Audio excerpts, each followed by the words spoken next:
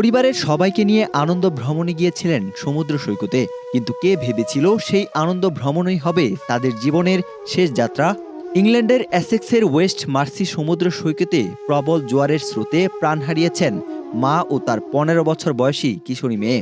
গুরুতর আহত হয়েছেন ৯ বছর বয়সী আরেক শিশু। মূলত একজনকে বাঁচানোর মরিয়া চেষ্টা করতে গিয়েই উত্তাল সমুদ্রের নির্মম গ্রাসে হারিয়ে যান তারা। নিহতরা হলেন যুক্তরাজ্য যুবদলের সহসভাপতি শেখ মনসুর রহমানের সহধর্মিণী সেলিনা রহমান এবং তাদের ১৫ বছর বয়সী কন্যা সামিয়া রহমান।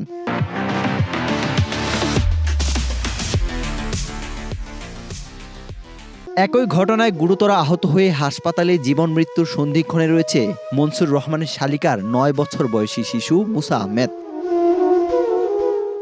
এসেক্স পুলিশ জানায়, বুধবার স্থানীয় সময় বিকেল ৫টা ৩৫ মিনিটের দিকে ওয়েস্ট মার্সির সিভিও এভিনিউ সংলগ্ন সমুদ্র এলাকায় কয়েকজন পানিতে বিপদে পড়েছেন এমন খবর পেয়ে police, HM coastguard, ambulance service, air ambulance এবং RNLI এর উদ্ধারকারী দল দ্রুত ঘটনাস্থলে পৌঁছে ব্যাপক উদ্ধার অভিযান শুরু করে।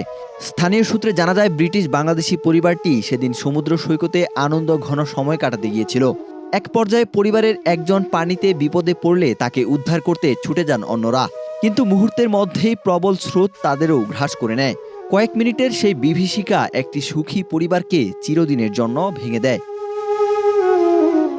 দীর্ঘ তল্লাশির পর ৫ জনকে পানি থেকে তোলা গেলেও সেলিনা রহমান ও তার মেয়ে সামিয়াকে বাঁচানো সম্ভব হয়নি। আশঙ্কাজনক অবস্থায় চিকিৎসাধীন ৯ বছরের মুসাকে বাঁচাতে আপ্রাণ চেষ্টা করছেন চিকিৎসকরা। আহত অপর দুজনের অবস্থা স্থিতিশীল বলে জানিয়েছে পুলিশ। পুলিশের প্রাথমিক ধারণা, ঘটনায় জড়িত সবাই একই পরিবারের সদস্য বা পরস্পরের ঘনিষ্ঠ আত্মীয়। কিভাবে তারা পানিতে বিপদে পড়েছিলেন এবং দুর্ঘটনার সুনির্দিষ্ট কারণ কি তা জানতে তদন্ত চলছে। এ ঘটনার প্রত্যক্ষদর্শী বা কারো কাছে ভিডিও ফুটেজ থাকলে তা তদন্তকারীদের কাছে জমা দেওয়ার আহ্বান জানানো হয়েছে। স্থানীয় বাসিন্দাদের ভাষ্য অনুযায়ী দুর্ঘটনার সময় সমুদ্রে জোয়ারের পানি দ্রুত বাড়ছিল এবং স্রোত ছিল অত্যন্ত তীব্র। দেখতে শান্ত মনে হলেও কয়েক সেকেন্ডের মধ্যেই পরিস্থিতি ভয়াবহ রূপ নেয়। এটা একটা অত্যন্ত ভেরি স্লিপি টাউন, খুব মনোরম পরিবেশ।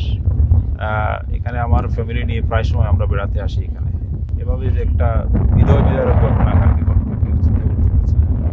যাই হোক, প্রথমে আমি মহান আল্লাহ সুবহানাহু ওয়া তাআলার কাছে ভিকটিমের রুহের মাগফিরাত কামনা করছি। ওনাদের পরিবারের প্রতি আমাদের সর্বাত্মক সহানুভূতি এবং এক বিকেলের স্মৃতি ভালোবাসায় ভরিয়ে তোলার স্বাদের শেষ পরিণতি এমন বিষাদের রূপ নেবে তা কল্পনাও করতে পারেনি কেউ।